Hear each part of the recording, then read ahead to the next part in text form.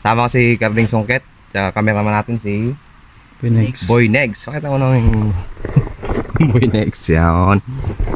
Ngayong araw mag-aabono kami ng palay. Yan, mayroon tayo ditong Viking. Tsaka isang 14-14. rifle 14. Ay paghahalo natin to.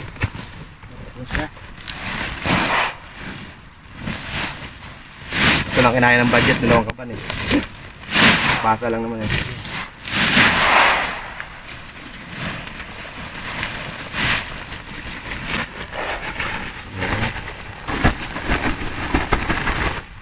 Ayan, i-mix lang natin ito, no?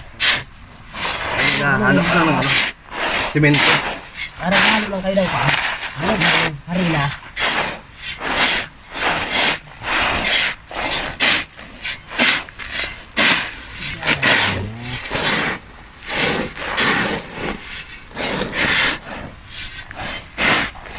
Ayun, tapos natin haluin ito. Hakot natin dito sa... Tiyatay natin sa hakot, tapos hakot natin. Bawat tabi.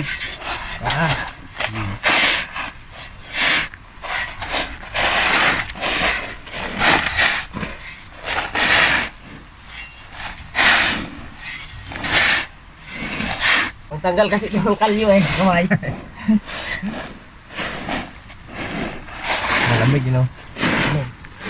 Ang urea. Parang mucho ah. Mucho.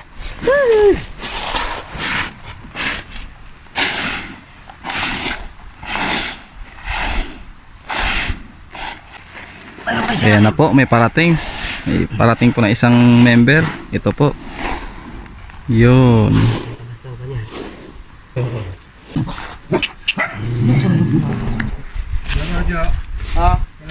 Lumipat ko na tayo.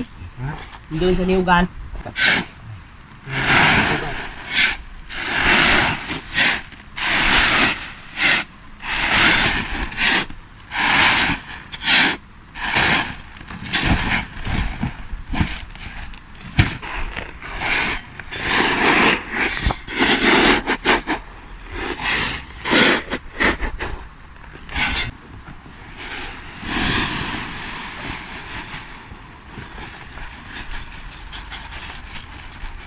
Ayan guys, hakotin natin.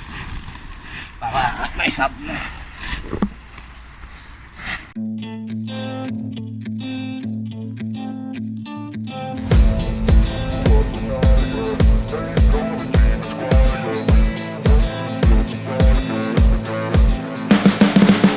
You can see the writing on the pavement. Young kids, they're growing up.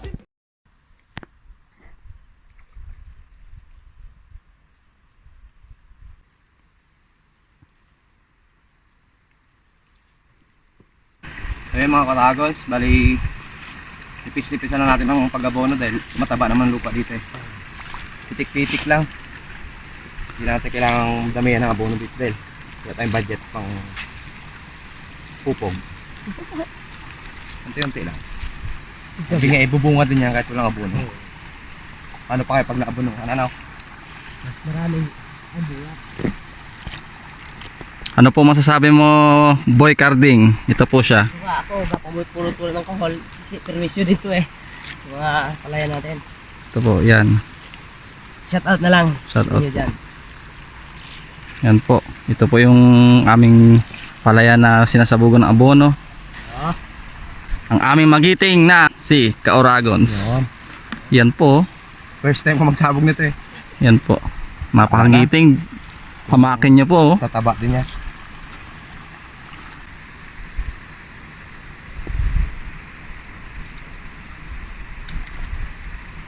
Yan po. Para gumanda ang ating palay at may maani at kainin. Tignan nyo yan guys. Hahabulin ko pa si Boy Katok sa pagkanyang pag-aabono. Napapagod na ako kakahabol sa kanya kasi ang bilis maglakad. So yun, kukunan natin siya kung paano siya mag-aabono.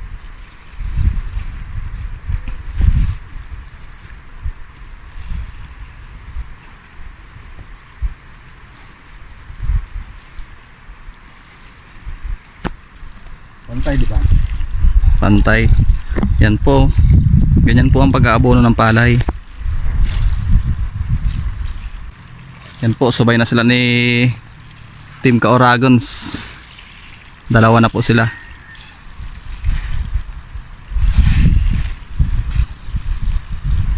So yun, parang paubos na ang ating abono, magre-refill naman ulit. Ito na po, ang pagre-refill ng abono. Isasalin po sa timbat para masimulan ulit ang pagsabog. Nakuha agad ang dito, no? Yun. Yun na po, ganun po pala yun. Yun. Huwag gaano mabigat kasi mahirap. Hindi daw po gaano mabigat, kaya parang dapat sakto lagi para hindi masyadong hirap.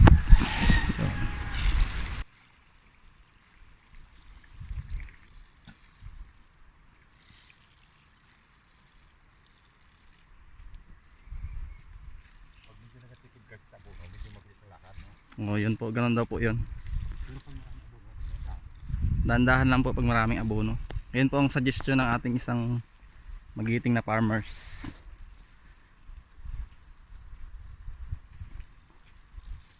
Yun po, busy ay Ka-Oragons sa pag-aabono. Napakalawak pa po ng kanyang sasabugan. Papunta na po siya sa babang parte. Yun guys, pahinga muna tayo kasi mamaya pa daw mag-aabono. Dito lang muna tayo, relax. Sariwang hangin, lamig. Nakapaka-presko po dito. So yun guys, tutuloy natin yung pag-abono ngayon. Tapos namin kumain ng tanghalian. Bali, kunti na lang din naman yung abonohan. Ito na lang sa baba. Yan, ito po na lang ang aming abonohan. What? Ito po si Boy Taklis. Bagong ligo. Bagong ligo po. Pasyal na naman to. Yun, dinala niya po yung timba na yan, no? Panglagay ng abono. So yun, Yan. tatapusin natin to. Yan. So yun po, sasalinin na po ni Ka-Oragons ng abono. Ulit tayo. Kunti na lang. I-refill na po ulit. Kunti lang.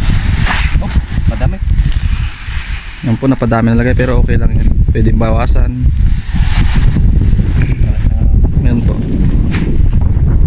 So yun po guys, kailangan pambilisan kasi ang panahon po hinahabol namin. Oh, mukhang uulan eh. Alanganin tayo. Alanganin po. Hindi pwede pong kailangan bilisan natin ng pag ayan po ang panahon, madilim-dilim na po, kulimlim na siya. Kunti na lang babagsak na yan. Pero kailangan ng Ka-Oragons. Ang abono natin pag umulan, pag inabot ng ulan to. Kailangan po ni Ka-Oragons sabulin ng panahon. Dahil natangayin lang ang tubig pa kumapa.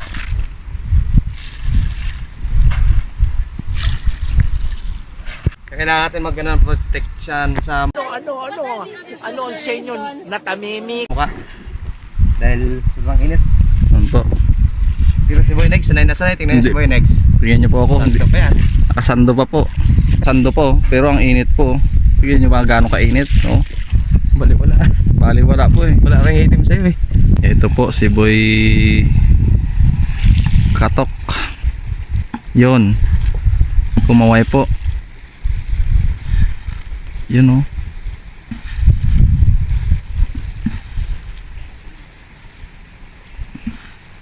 Yun, ang bilis lang po ng kanyang pag-aabono. Hataw po yan, hataw kung tawagin.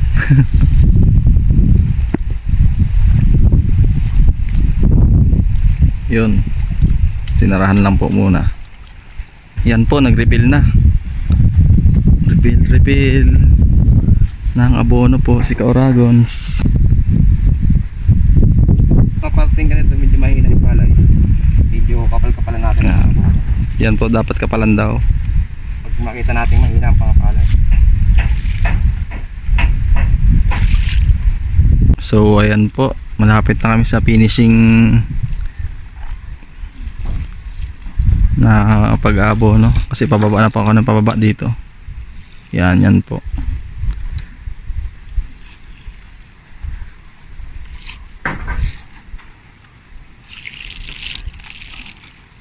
So yun mga Ka-Oragons, natapos din nating pag-aabono ng ating palay. Bali, hintay tayo mga 3 days. Pag hintay natin matuyo itong tubig niya, kakapit na yung abono nun, spray naman tayo ng pang-uod para matanggal yung mga piste na uod. Kasi madami ng uod yung palay natin eh. Yan. So, for today's video, yan muna lang upload namin. Sa susunod, abangan lang.